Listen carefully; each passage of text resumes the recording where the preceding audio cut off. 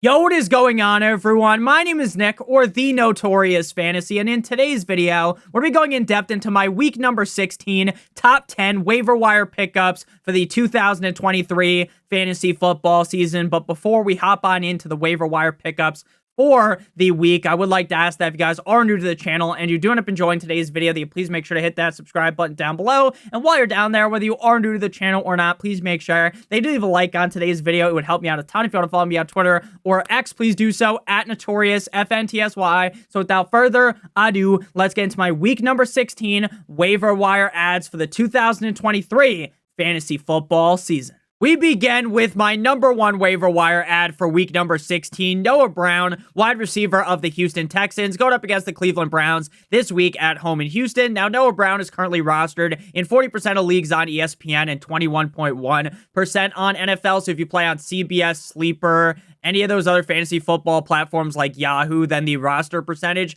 might be slightly different, though I will note in some cases there could be a drastic difference in rostership percentage comparing one website to another. So Noah Brown was the wide receiver 9 last week in PPR. Now that is prior to the Monday Night Football game tonight between the Eagles and the Seahawks. This video will be released prior to Monday Night Football, so I'm not just going to go ahead and rub a crystal ball and pretend that I know where every single wide receiver is going to finish. So as of right now, prior to Monday Night Football, Noah Brown is the wide receiver 9. It's likely that maybe he falls all the way back to wide receiver number 12, but regardless, he still had a really good game. Week 15 up against the Tennessee Titans in Tennessee. The Houston Texans eat that W. Famous Jameis style, 19-16. Noah Brown has 8 receptions on 11 targets for 82 yards and a touchdown. And he did all of this not with CJ Stroud. He did it with Case Keenum under center. So even if Nico Collins was to return this week, which seems pretty up in the air if I'm being honest with you, I still love Noah Brown. Now, obviously, without Nico Collins, Noah Brown will be better off in terms of targets. But assuming that CJ Stroud is back, I think the ceiling is the moon for Noah Brown. I understand that on paper, the matchup up against the Cleveland Browns is far from ideal, so I'm not going to sit here and pretend that Noah Brown is like this must-start wide receiver this week by any means, but if you're having trouble at the wide receiver position, maybe you want a high upside flex, I think Noah Brown is the answer to that. Moving now to my waiver wire ad number 2, Zamie White, running back of the Las Vegas Raiders, going up against the Kansas City Chiefs in Kansas City on Christmas Day. This is the 1 p.m. game on Christmas Eastern Standard Time. 7.3% rostered on ESPN, 6.8% rostered on NFL. Now, Josh Jacobs missed Thursday Night Football with a quad injury. If he misses yet again, even up against the Chiefs defense, I would definitely be looking to start Zamie White. Obviously, when it comes to picking up players that hinge on injuries, I would wait until Tuesday, tomorrow, as this is being recorded, to look more at the news about Josh Jacobs, because if everything is kind of leaning towards Zamie White being the backup and Josh Jacobs coming back, then maybe I would bump Zamie White down a peg. But if it feels like Josh Jacobs is going to be out yet again, then that would be very, very good for Zamie White's upside. And I was honestly shocked last week with how many snaps Zamie White played, because between him and Ameer Abdullah, I didn't necessarily expect it to be like a 50-50 split by any means, but I figured, hey, maybe it's a 60-40 split. No, last week for the Raiders, Zamie White played 70% of the snaps, and Ameer Abdullah only played 27%, and I think that is something that could be replicated this week, again, assuming that Josh Jacobs doesn't play. So last week, running back 11 in PPR up against the LA Chargers. The Raiders absolutely dominated 50 Shades of Grey style. The Chargers, they win 63-21. This game, honestly, felt like more of an ass whooping than the Dolphins versus Broncos game. I know the Dolphins technically scored more points, but the Chargers offense was in shambles from the start. I don't even think they fucking scored in the first half. It was like hilarious how bad the Chargers offense was, and Zamie White benefited heavily from the Chargers defense being as soft as baby shit. 17 carries for 69 yards. Very nice, I like. And a touchdown, as well as 3 receptions on 4 targets for 16 yards, assuming, again, sometimes making an assumption makes an ass out of you and me, but assuming Josh Jacobs misses, this could be another top 18 game for Zamie White. Moving now to waiver wire ad number 3, we got Ty Chandler, running back of the cold like Minnesota Vikings, going up against the Detroit Lions. 45.9% rostered on ESPN, 28% rostered on NFL. Now, Madison missed last week with a sprained ankle that he sprained in week 14. I wouldn't be surprised if he misses yet again. So just like the scenario that we talked about with Zamie White, this is another situation that needs to be monitored as the week goes on. Now, Kevin O'Connell, head coach of the Vikings, kind of today inferred that while he trusts Alexander Mattison, Ty Chandler is going to see the featured role in the Vikings offense. So even if Mattison returns, we could still have potential high hopes for Ty Chandler. Now, obviously, if Mattison does return, I'm not going to be sitting here banging the drum, giving the gawk 9,000 special for Chandler, but he would still be a lower end start, assuming that we believe what head coach Kevin O'Connell said is the truth. Ty Chandler was the running back 4 last week in PPR, week 15 up against the Cincinnati Bengals in Cincinnati with 9-inch Nick Mullins under center. They lose 24-27 in overtime, 23 rushes for 132 yards and a tug for Chandler, as well as 3 receptions on 4 targets for 25 yards. And just like what we saw out of Zamie White, Ty Chandler dominated the snap share for the Vikings running backs last week. Ty Chandler, 81%. Keen Nwangwu, again, I probably pronounced his name wrong. I think I learned how to say it last week, and then it just went right out of my brain. 10% of the snaps for Keen. So that really does show us that, hey, if Mattison is not going to play in this game, Ty Chandler is a workhorse running back. Now, again, is Ty Chandler one of the best running backs in the NFL? Fuck no, baby. But you don't need to be the best running back in the NFL to have a great game up against the Detroit Lions defense. Next up, we move to Clyde Edwards-Helaire, running back of the Kansas City Chiefs, going up against the Las Vegas Raiders on Christmas. Again, this game is at 1 p.m. EST. I was shocked. I was really shocked, honestly, that he is only rostered in 32.9% of leagues on ESPN, 18.8% on NFL. It seemed like Clyde Edwards-Helaire was a hot pickup last week, and for some reason, he is still available in week number 16. Now, this is another running back where we have to monitor the situation. Do we see Isaiah Pacheco return, or does he end up missing again? Obviously, if Isaiah Pacheco is back, I would backtrack in a huge way, put that bitch in reverse on Clyde Edwards-Helaire. But if Pacheco misses again, I do really like what I saw out of Clyde Edwards-Helaire, and I like even more what I saw out of the snap share for the Chiefs running backs. Clyde Edwards-Helaire was the running back 8 last week in PPR up against the Patriots in New England, winning 27-17. Clyde Edwards-Helaire had 13 rushes for 37 yards, as well as going 4 for 4 like he was at Wendy's. 4 receptions on 4 targets for 64 yards and a score. And again, I really did love what I saw out of the snap counts there in Kansas City. 62% of the snaps for CEH, 34% for Jerick McKinnon. Now, I know what you might be thinking. Nick, that seems like a very normal share for running backs in the NFL. Well, when you take into account what we saw the previous week in week number 14, Clyde Edwards-Helaire played 48% of the snaps and McKinnon played 45%. So if this team is really trying to push Clyde Edwards-Helaire into the starting role when Isaiah Pacheco is out, then that could be very beneficial to us in fantasy football, determining which one we'd rather play. And while I am still a big Jerick McKinnon fan, while Jerick McKinnon can do a lot when given very little, at this point, we just have to be honest and say up against the Raiders defense, I think Clyde Edwards-Helaire is the much safer bet. Obviously, being the safest running back ever doesn't win you fucking fantasy football games, but if you're comparing the two, I like Helaire more. Now moving to the number 5 waiver wire ad, we got Jerick McKinnon.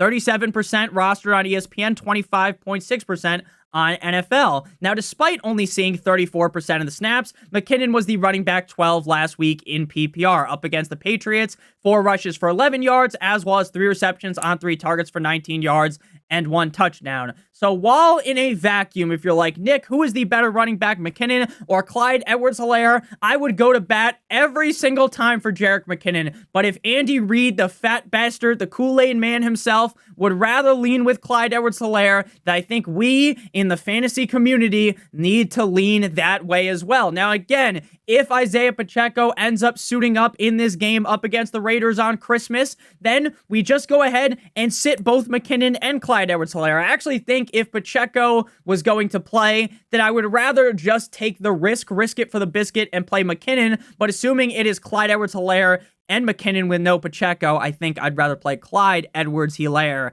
this week. Next up, we move to my number 6 waiver wire ad. If you guys have enjoyed thus far, make sure you guys hit that subscribe button down below. And whether you are new to the channel or not, please make sure you leave a like on today's video. It would help me out a ton. So Joshua Palmer, wide receiver of the LA Chargers, going up against the Buffalo Bills on Saturday Night Football. This is the exclusive game to Peacock. Now, if you don't have anyone on the Bills or the Chargers, I would suggest hanging out with your family, right? Getting some extra brownie points with your girlfriend, your wife, right? Take her out to dinner. Go do something nice, because you don't need to watch the Chargers get absolutely spit roasted by the Buffalo Bills on Saturday night. You should just go ahead and have a nice day. Take your wife out to dinner, like I said. Maybe be like, you know what, honey? I'm not going to watch football on Saturday night. And then maybe you'll get some dome piece later. Who knows? But hey, that was the smart move to do, because you don't need to watch a legitimate murder scene take place on live television. 19.7% rostered on ESPN, 12.3% on NFL. Wide receiver 12 last week for Joshua Palmer in a game that was absolutely hilarious to watch. You would almost think there was a laugh track on this shit, like you were watching Friends. Every 5 seconds when the Raiders were legitimately doing everything. They were doing fucking trick plays in that game. It was hilarious to watch. If you didn't watch that game, I get the matchup on paper was terrible, but it was genuinely very funny. Week 15 up against the Raiders. The Chargers lose 21-63. That game felt like it was 100-7. I'm not even kidding. Like, I was almost shocked when I looked back, because I don't remember the Chargers getting 3 touchdowns. It felt more like a 14-63 game. So that's how you know things just went upside down for the Chargers. 4 receptions on 4 targets for 113 yards and a score for Joshua Palmer. Now, again, while I think the Chargers offense is an absolute laugh riot, while I think it is a disaster there, a complete and utter fucking dumpster fire in LA. They just fired their head coach, Brandon Staley. I still think that with how down bad they are going to be to the Bills, because the Bills just dog walked the Dallas Cowboys. So they are going to lay in haymakers. They're going to use their fucking finisher, the Kamehameha type shit, right? And I really do think that the Chargers are just going to be throwing all game long. And if Keenan Allen is ruled out again due to his heel injury, which I think is very plausible considering there's no reason to risk injury on Keenan Allen on a team that is dead, sleeping with the fishes, that just fired their head coach, Palmer has huge upside. Now, if Allen returns, Palmer is still fine, but he's not going to be a guy that I'm banging the drum as much for. Again, it takes some balls, it takes some cojones to start Joshua Palmer, because again, the matchup on paper reeks to high heaven. The Chargers offense sucks donkey cock, but I think Easton Stick is going to have to throw all game long, and Joshua Palmer could put up another very similar stat line, right? We don't need him to get 10 targets. Maybe he could get 10 targets, but maybe 5-6 targets. He could easily get 80 yards and a touchdown. Again, do I love Joshua Palmer? Of course not, because the Chargers are a disaster. But I still think there's value in a guy like Joshua Palmer, especially if Keenan Allen misses. At number 7, we got Baker Mayfield, quarterback of the Tampa Bay Buccaneers, going up against the Jaguars at home in Tampa. 49.1% rostered on ESPN, 33.6% on NFL. Now, Baker was the quarterback 2 last week in the Battle of the Bays. The Bucs versus the Packers in Green Bay. The Buccaneers win 34-20 in a Baker Mayfield master class. I'm talking about, this might be the best game off the top of my head that I've ever seen Baker Mayfield play in the NFL. It was certainly the best game he played this season, because he was surgical in this game. He had on the fucking scrubs here. He's wearing the mask, that weird little hat thing that they wear. 22 completions on 28 attempts for 381 yards and 4 touchdowns. Full on Dr. Kennedy from The Sopranos. I think the guy from Grey's Anatomy's name is Dr. Gray. He was going in. He took the Packers out back and whacked them. It was crazy because I know that the Packers just lost to the Giants the week before. Tommy DeVito, Tommy Cutlets went crazy, but I think most people assumed that, Jordan Love would bounce back, this offense would be better, and the Bucs just steamrolled him. Again, 22 completions on 28 attempts for 381 yards and 4 touchdowns. He looked amazing, so I am very excited about him up against the Jaguars. He has had back-to-back solid games in a row, and I think he could easily score 20-plus points again up against a Jaguars defense that, again, I think the Jaguars defense is a little bit underrated, but they're not the fucking 85 Bears, right? They're not the Browns. They're not one of the better defenses, the Ravens, in the NFL. I think Baker Mayfield shouldn't have much of an issue having a solid game yet again. At number 8, we got Hunter Henry, tight end of the Patriots, going up against the Broncos on Sunday Night Football in Mile High. Everyone is so excited to watch Bailey Zappi versus Mr. Unlimited on Sunday Night Football. Another game where you get some brownie points. You go ahead, you hang out with the missus if you're a female, or if you're a guy, you can hang out with the mister as well. I don't judge. So Sunday Night Football, just go get some brownie points. Don't watch this shit again. If you bet on it or whatever, go ahead. Bet on it. Shout out Zac Efron. You can go ahead and watch the game. I'm going to watch the game because I am a football addict, and I realize that, hey, 16, 17, 18, there's 3 weeks left of the regular season. I will cherish it while I can. 17.5% rostered on ESPN, 18.2% on NFL. Now, I know you guys that watch my videos throughout the week, you might be thinking, if you're not new, Nick, you didn't like Hunter Henry last week. You thought that Hunter Henry's performance in week number 14 was fugazi, it was a wazi, it was a woozy. He wouldn't be able to do it again, and he did, you cocksucker. And yes, you would be correct, commenter, because that was correct. Tight end 4 on the week in PPR. They lose to the Chiefs 17-27, but it doesn't matter because Hunter Henry was prime Rob Gronkowski. Obviously, that is he's not Gronkowski, but I hope you got the point there.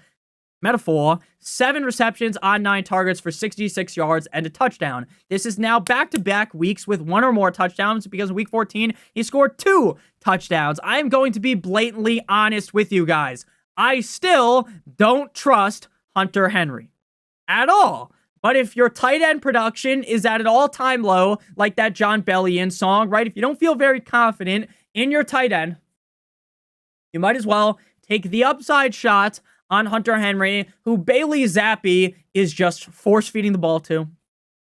A lot more involvement for Henry compared to when Mac Jones was under center, so I think Hunter Henry could be sneaky good this week. Again, I'm not going to sit here and claim he's going to be a top 5 tight end yet again, right? I'm not going to scream from the mountaintops like the Ricola advertisement like a fucking goat on top of the mountain. I'm not going to do that, but I'm going to say that, hey, what a wonderful time of day. Like, hey, if you're really down bad at tight end, if your tight end is kind of making you a little bit nervous, the upside of Hunter Henry is very high. I don't think he gets 9 targets again, but if he gets 6 targets, 5 targets, he could certainly score up against the Broncos defense that just got bukkake'd by the Lions and Jared Goff, the Goffinator, on Saturday. So before we move on into the final waiver wire ads of the week, I would like to give you guys a quick word from our friends and our sponsor over at Underdog Fantasy. Underdog Fantasy is the best place to play NFL Pick'em in the whole entire universe, and today, Underdog Fantasy has a great offer for you guys. But first, I want to explain to you how the NFL Pick'em game works. So you have to pick a minimum of 2 players from at least 2 different teams. So we're talking about the Eagles versus Seahawks Monday Night Football matchup in Seattle. So Jalen Hurts may or may not play. As of right now, I'm leaning closer to him not playing. So we're going to go with Jake Elliott, higher than 1.5 field goals made. I think Mariota will be able to get them into field goal range and maybe not able to get him closer to the end zone. So Elliott higher than 1.5 field goals made. And then for the Seahawks, they might be having Drew Lock under center. They might have Geno Smith. Either way, up against the Eagles defense, I expect DK Metcalf to go higher than 61.5 receiving yards. Now, if both of these picks hit, you will get 3 times your entry fee. If you do 3 picks, it's 6 times, 4 picks is 10 times, and 5 picks is 20 times your entry fee. Now, if you're brand new to Underdog Fantasy and you live in one of these states on your screen right now, if you use promo code Notorious, you will get a first match deposit bonus of up to $100. So you deposit 100, they give you an additional 100, you do 50, additional 50, 25, and additional 25. The minimum deposit on Underdog Fantasy is $10. If you have a gambling problem, please make sure that you call 1-800-GAMBLER. Back on into things here, we move to waiver wire ad number 9. Curtis Samuel, wide receiver of the Washington Commanders, going up against the New York Jumbo Jets in MetLife. 43.4% rostered on ESPN, 13.6 on NFL. Now, I'll keep things short and sweet here like Kyler Murray for Curtis Samuel. Curtis Samuel is one of those landmine plays for fantasy football, one of those firework plays, as I like to call it. If you've been watching the channel for a while, you already know what I'm about to say. A firework play is a guy that has supreme upside, right? But it's a guy that's downside, right? The ceiling is immense. The ceiling's the moon, but the basement is like a basement that goes all the way down to the deep depths of fucking hell, right? Because if you start Curtis Samuel, he's either having a great day, right? You're having fucking filet mignon for dinner, right? It's great.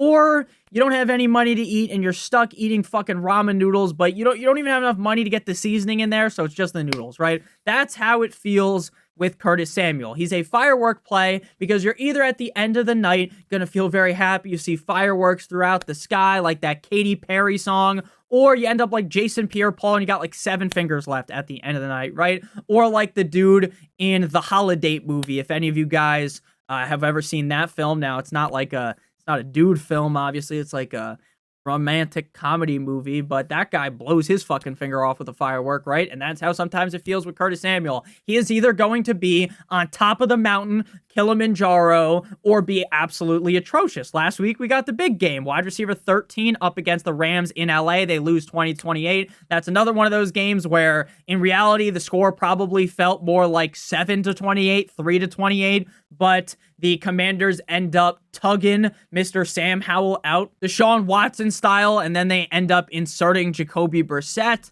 Again, am I claiming that Curtis Samuel's like a must pick up? No. 5 receptions on 9 targets for 41 yards and 2 touchdowns. Curtis Samuel does do this, though, every once in a while, where a string like 3 solid games in a row, and maybe that is what we end up seeing for the end of the season. The matchup is very scary, but again, if you are just scratching and crawling looking for upside at wide receiver, Curtis Samuel has a whole lot of upside. At number 10, we got Trey Sermon, running back of the Indianapolis Colts, going up against the Atlanta Falcons in Hot Atlanta this week. 1.6% rostered on ESPN for Sermon, 0% on NFL. Current report is that Zach Moss aims to play, despite the shoulder injury that he suffered on Saturday up against the Bengals. Also reports that Jonathan Taylor wants to play, but he is uncertain as well. So if you have Moss or you have Jonathan Taylor, I would definitely pick up Sermon due to the upside that he possesses as like a last-ditch effort type of a play, right? But I will note that Sermon, obviously, is far from a guarantee